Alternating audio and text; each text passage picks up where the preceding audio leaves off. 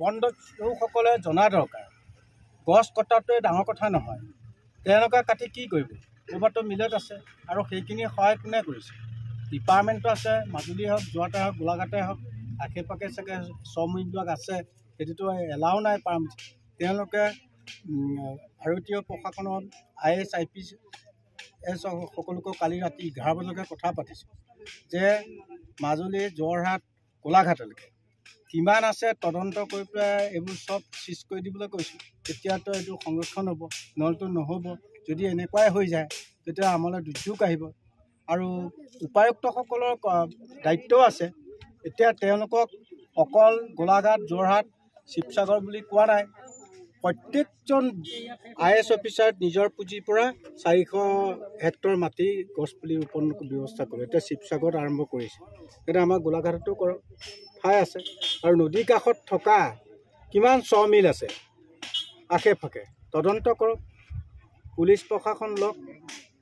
তাতো আপত্তি নাই নহয় সেইবোৰ কমাই দিলে মানে গছ গছনি নিজে হয় আৰু এটা এতিয়া আমি ইতিমধ্যে আপোনাৰ ভাষণ সন্দৰ্ভত জানিব পাৰিলোঁ যে বহিৰাজ্যৰ পৰা যি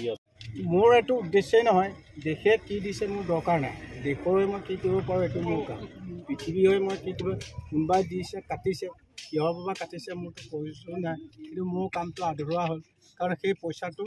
মোক ভাত খাবলৈ মোক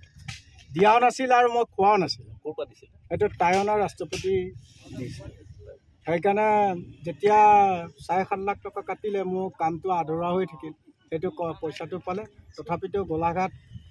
DC SP গৈছিলে মই তেতিয়া ক'লোঁ তেওঁলোকে পইচাটো মেছেজ আহিল কিন্তু একাউণ্টত সোমোৱাহি নাই ঘূৰাই দিয়ে কিমান দিন এইটো এবছৰ হৈছে আকৌ ইয়াত ইলেকশ্যন আহি গ'ল পিছুৱাই গ'ল ইলেকশ্যনতো পইচা প্ৰশাসনৰ এইটো ফাল হ'ব নোৱাৰে সেইকাৰণে তেনেকুৱাবিলাক সমস্যা ধৰি আকৌ এতিয়া পঞ্চায়ত ইলেকশ্যনত আকৌ বা কিমান বেয়া কৰি যায়